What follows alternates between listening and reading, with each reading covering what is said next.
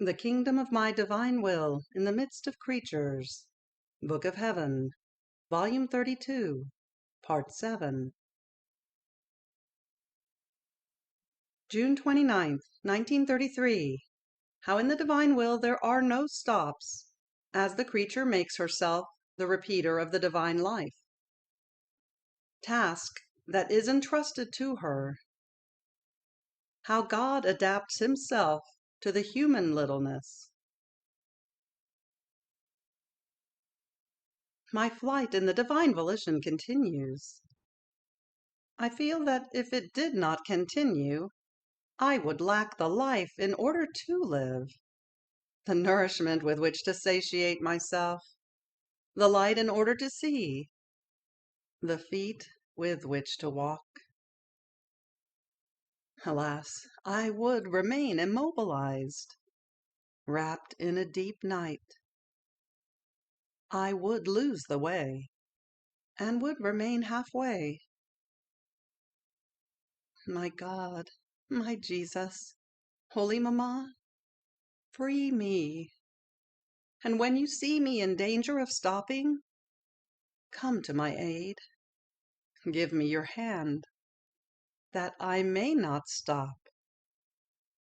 Or take me to heaven, where there are not these dangers of stopping, and I may have the boast of saying, I never stopped, and therefore I never lacked either the food, or the light, or the one who, while leading me, instructed me and enraptured me with his speaking. But while my mind was all sunken in the divine will, my learned teacher, Jesus, surprising me with his short little visit, told me, My blessed daughter, one who lives in the divine will feels the need never to interrupt her journey, nor are there dangers of stopping, either on earth or in heaven. In fact, my will being eternal, its ways and its steps are interminable, and one who lives in it receives by nature the good of always being able to advance. To stop in my will would be like to cause an act of life to be lacking to our divine life that keeps forming in her soul. In fact, you must know that one who lives in my divine will reaches such an extent and is capable of so much, to the point of repeating our divine life. Our Fiat gives everything that is needed to the creature who lives in it, to the point that with her acts she makes herself the repeater of the very life of God. And if you knew what it means to repeat our life, and the glory, the honor, the love that it gives us, and the good it makes descend upon all generations. What it does is incalculable, and our will alone has this power to make this prodigy so great, which no one is granted, of becoming the repeater of the very divine life in the creature. On hearing this, I said, My love, what are you saying? How can anyone ever reach such extent? It seems incredible to me.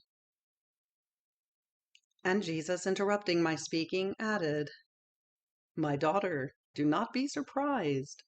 Everything is possible to my will, even to repeat our life. You must know that our Supreme Being, by its own nature, has the virtue of being able to repeat itself as many times as it wants, as indeed we repeat our divine life in its entirety for each individual, for each created thing, everywhere, in every place, far and wide. Our immensity carries us, our power forms us, and from our own single life that we possess, it repeats, bilocates, multiplies so many divine lives of ours, that only one who does not want it does not take it. Otherwise, the saying, "Where is God?" In heaven, on earth, and everywhere, would be reduced to mere words, not facts. Now, one who lives in our divine will, with her acts, concurs with our divine life, which is constantly repeated for love of creatures, and therefore we feel ourselves being repeated by her littleness.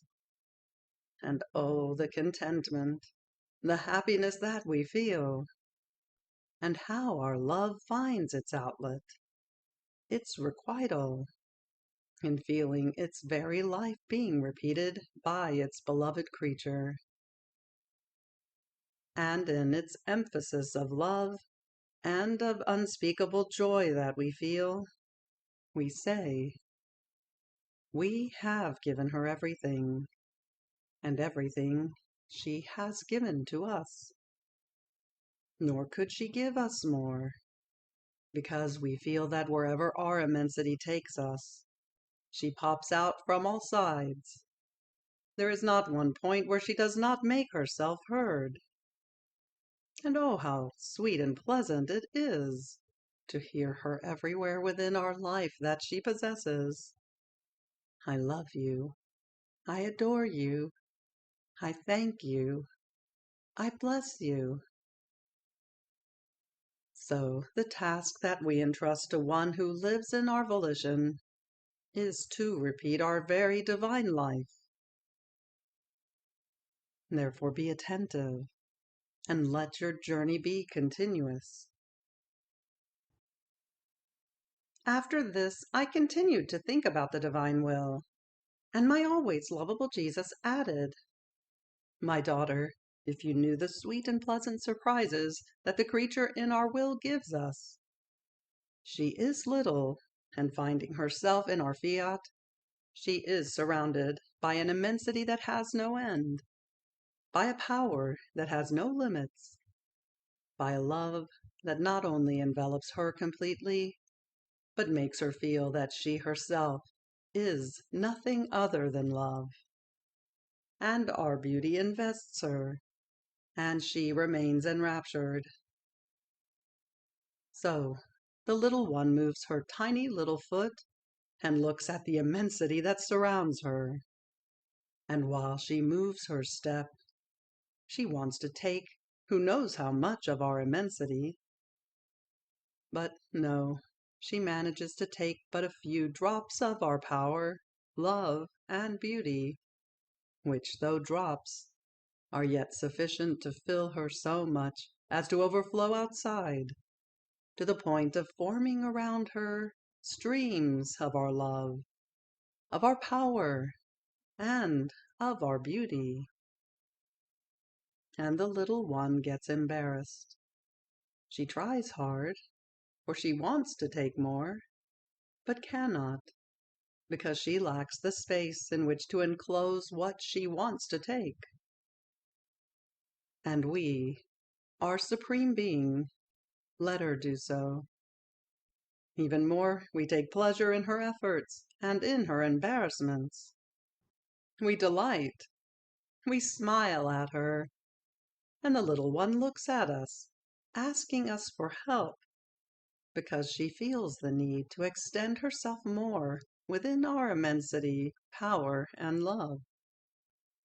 But do you know why? She wants to give us more. She wants the contentment of being able to say, "My efforts, my embarrassments are because I want to tell you that I love you more. Oh, if I could possess all of your love, how happy I would be to be able to say to you I love you as much as you love me. This little one, with her efforts, with her embarrassments, with her speaking, wounds us, enraptures us, chains us. And then do you know what we do? We take the little one, and we adapt ourselves to her. With a prodigy of our omnipotence, we make our immensity, our power, sanctity, love, beauty, goodness, flow in such a way that our divine being remains inside and outside of her, inseparable from her. And it shows how everything is hers. And the little one, in her emphasis of love, says to us, "How content and happy I am! I can say to you that your immensity is yours and mine, and I love you with immense love, with powerful love. My love lacks nothing, neither your sanctity, nor your goodness, nor your beauty that enraptures, wins, and obtains everything." Not to content the human littleness in our will is impossible for us. And since, because of her littleness, she cannot adapt herself to us, God adapts himself to her. And this is easy for us, because there are no elements alien to us, but everything is ours. At the most, she may be little, but this says nothing. It shall be our own care, more than hers, to make her as beautiful as we can. On the other hand, for one who does not live in our divine will, there are many elements alien to us in the human littleness: will, desires, affections, thoughts that are not ours. It can be said that she should adapt herself to us by removing what is not ours. Otherwise, she shall not be able to comprehend our will, and even less shall she be able to rise up and enter into its celestial spheres. So she will remain empty of God, full of miseries, amid the constraints of the human life. How many lives will be found without growth of divine life, because they did not do my will, nor do they occupy themselves with comprehending what it means to live in it, and the great good that they can receive.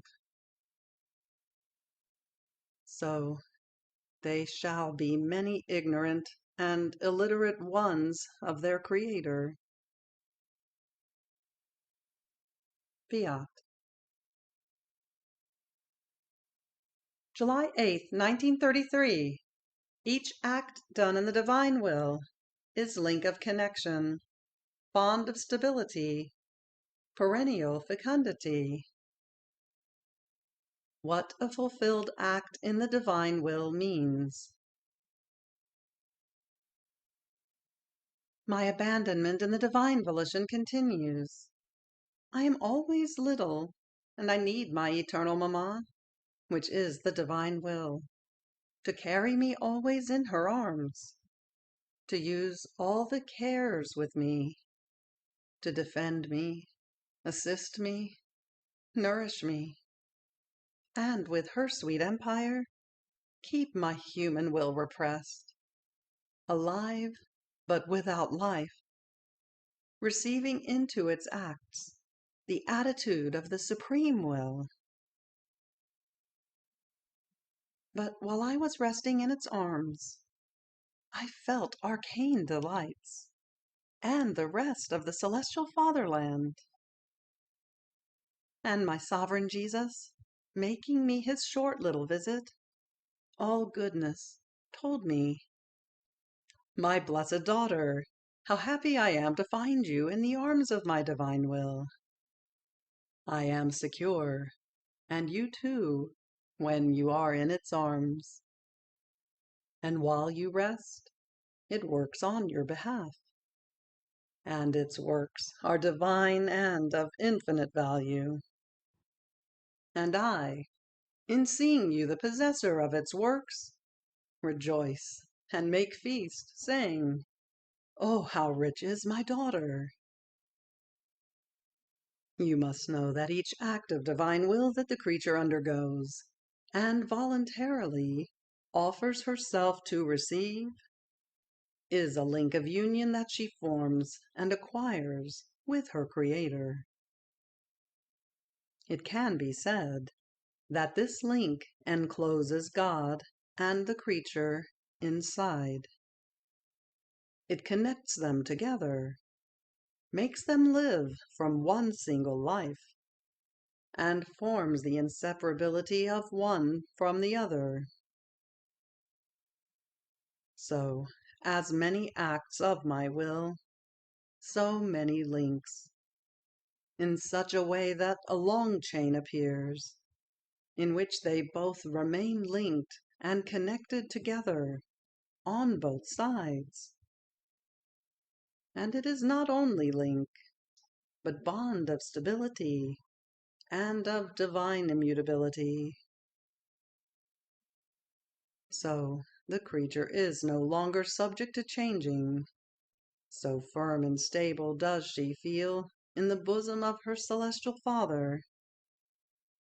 Hence, with all certainty, she can say, "My dwelling is in God, nor do I know or recognize anything but my Creator." Now, this link of union and this bond of stability produces perennial fecundity. With this fecundity, the creature generates continuously love, goodness, fortitude, grace, patience, sanctity, all the divine virtues, which possess the bilocating virtue, in such a way that, while the creature possesses them, she can bilocate them, giving them to whomever she wants and to whomever wants them. On the other hand, for one who does not let my divine will operate, her acts are like broken links, which have no virtue to enclose God and the creature. And because they are broken, they escape from inside of her, and therefore can form neither the bond of stability nor any fecundity, but are sterile acts, which produce no generation of good. After this, I continued to think about the divine will, but I thought to myself, "But how does one fulfill a fulfilled act of divine will? And what does it mean?" And my beloved Jesus, always good with this little ignorant one, added, "My daughter, how one fulfills a fulfilled act of divine will? You must know that in order to form this fulfilled act, it takes the power of my will. The creature on her own cannot do it. Therefore, it happens that my will invests the human littleness, and the human lets itself be invested, and one makes itself prey to the other. Now, in this investing, the power of my fiat empties the creature of everything that does not belong to it, and fills her to the brim with the divine being, in such a way that she feels within herself the fullness of the life of her Creator. There is not one particle even the littlest, which does not remain filled, in such a way that she feels the divine life flowing, as though in torrents, within her whole being. So she feels within herself the fullness and totality of the Supreme Being, as much as the creature is capable of. And having this fullness and totality within herself, she has nothing to add to her act, nor anything to remove from it, because on every side she possesses God, who knows not how to do incomplete acts. And the creature, by possessing Him, places herself in the divine conditions of being able to do but fulfilled acts. See, then, what a fulfilled act means, and how it can be done. One must possess God with all the fullness, and the God operating in her act. These fulfilled acts have such power as to draw the attention of all, and the heavens bow down to watch what great things their Creator operates in the act of the creature. Now, by possessing this divine fullness and totality, it happens that in everything she does, since it comes out from a foundation that possesses everything and lacks nothing, if she prays, her prayer possesses the fullness of the divine value. Her virtues are complete and nourished by the life that she possesses. So, if she wants to give her acts, either to God as homage, or to creatures as help, she will give God Himself within her acts. Imagine you yourself what will be the great good that these acts, fulfilled in my volition, will produce. Fiat. July 30th, 1933. One who does the divine will forms for it its dwelling, which serves as custody, defense, and comfort to the divine will itself. The knowledges about it form its life. I am always prey to the divine volition. I feel its life palpitating in me as bearer of goodness, of speaking light, such that while it is mute, it speaks with facts. It speaks by always loving me. It speaks by forming its life. It speaks by making it grow. It speaks by making itself heard. O blessed muteness, you who know how to convert your motion, your sanctity, your love into arcane voices, and the whole of your being into operating voice. But while my mind was wandering in the Fiat, my sweet Jesus, surprising me with his short little visit, told me, "My blessed daughter, you must know that one who does my divine will forms the dwelling place for my supreme volition.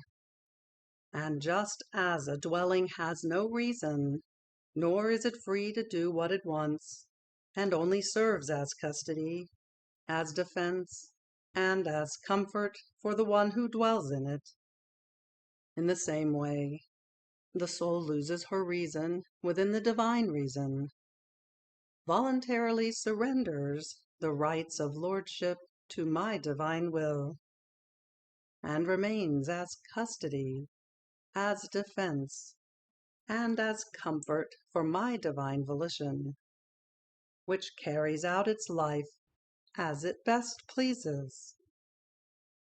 Now the human will, by doing my own, not only changes into a dwelling place for my will, but will remain as an honored dwelling which my Fiat will adorn with divine adornments. This, its dwelling, will form its royal palace, which will leave the very angels astounded, making display of its love, of its sanctity, of its light, of its uncreated beauty, forming its life, and life operating in the will of the creature, to perform great things within ourselves. These are rights that we hold by our very nature. Our power has no limits. It can do anything, and can reach everywhere. And if there are many things we don't do, it is because we do not want them, not because we cannot do them. But to arm our power by rendering ourselves operating within the small circle of the human will, here we can say that we put more love, more divine art, more power, because within her we must restrict what in us is immense. Therefore, our love makes a greater display in rendering us operating in the creature, and she will feel my will operating within herself in such a way that everywhere will she feel its divine life flowing, in her works, in her steps, in her heart, in her mind, and even in her voice. Of her being she will make many rooms, so as to give ease to my divine will, to let it now speak, now operate, now walk, now love. In sum, whatever it wants. Then I continued to think about the many truths that Jesus had told me on his divine will, and my beloved good Jesus added, "My daughter, each life has need of nourishment. Not only this, but of a material suitable to form that life. It must have its beginning, its growth. Only within us things have no beginning, but in the creature each thing has its beginning. So in order for the operating life of my divine will to have its beginning in the creature, it was to administer the raw material with which to form it. But do you know what these raw materials have been? The first knowledges and truths I manifested to you on my divine will. These formed the humor, the heat, and the first act of life, in order to give rise to its life. Now, after having formed the beginning of this life, it was necessary to form it, to raise it, to nourish it. So, as my manifestations on my will continued, some served to form it, some to raise it, and some to nourish it. Had I not continued my speaking on it, its life could have remained suffocated, or a life without growth, because it feeds on nothing other than the truths and knowledges that belong to it. See, then, the necessity of my prolonged speaking on my Fiat. It was necessary in order to make it known to the creature. It was necessary in order to form its life, and so as not to leave it without the divine nourishment of its own truths, which alone can serve as its nourishment. In fact, outside of the creature, my will has need of nothing and of no one. Of its own, by its own nature, it is life, food, nourishment, and everything. But in the creature, wanting her concurring role, by way of knowledges and truths that belong to it. It forms its life according to how much more or less she knows. And these knowledges form an indissoluble nuptial between one and the other, the substance, the heat, the growth, the food of the life of my will in the creature. Here is why I go back to my speaking, because it serves my own will within you, and it serves you to make you know it, love it, and appreciate it more. Therefore, when the creatures will hear that my prolonged speaking, my almost continuous visits, my many graces, served to form the life of my divine will in you, they shall no longer be surprised at the ways I have used, the graces I have given, the many truths I have spoken. It was life that I was supposed to form, and life has need of continued acts. Which life can say it does not need continued acts? None. Works have no need of continued acts, but life needs them.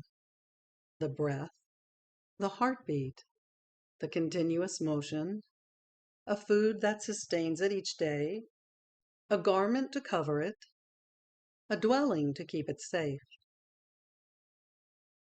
See then how everything I have done and will do was necessary for me in order to form this life of my divine will, and it was necessary for you in order to receive it and possess it, and so as not to let it lack anything of what befitted a divine life. When I act with wisdom, order, and divine harmony. Was I to tell you that I wanted to form this life of my divine will in you without making it known to you, without giving you the divine materials with which to form it, and the continuous food to make it grow? I know not how to do such things. If I say that I want, I must give everything that is needed, and in a superabundant way, so that the creature may do what I want. And since the creatures do not know my way of acting, they wonder, they doubt, and some reach the point of condemning my operating, as well as the creature upon whom I have taken aim, in order to accomplish my great designs, which will benefit the whole entire world, because the life of my divine will operating in the creature is not subject either to dying or to ending, but will have its perpetuity in the midst of the human generations. Therefore, let me do, and continue always your flight in my divine will. Fiat. You have reached the end of the Book of Heaven, Volume 32, Part 7. Fiat.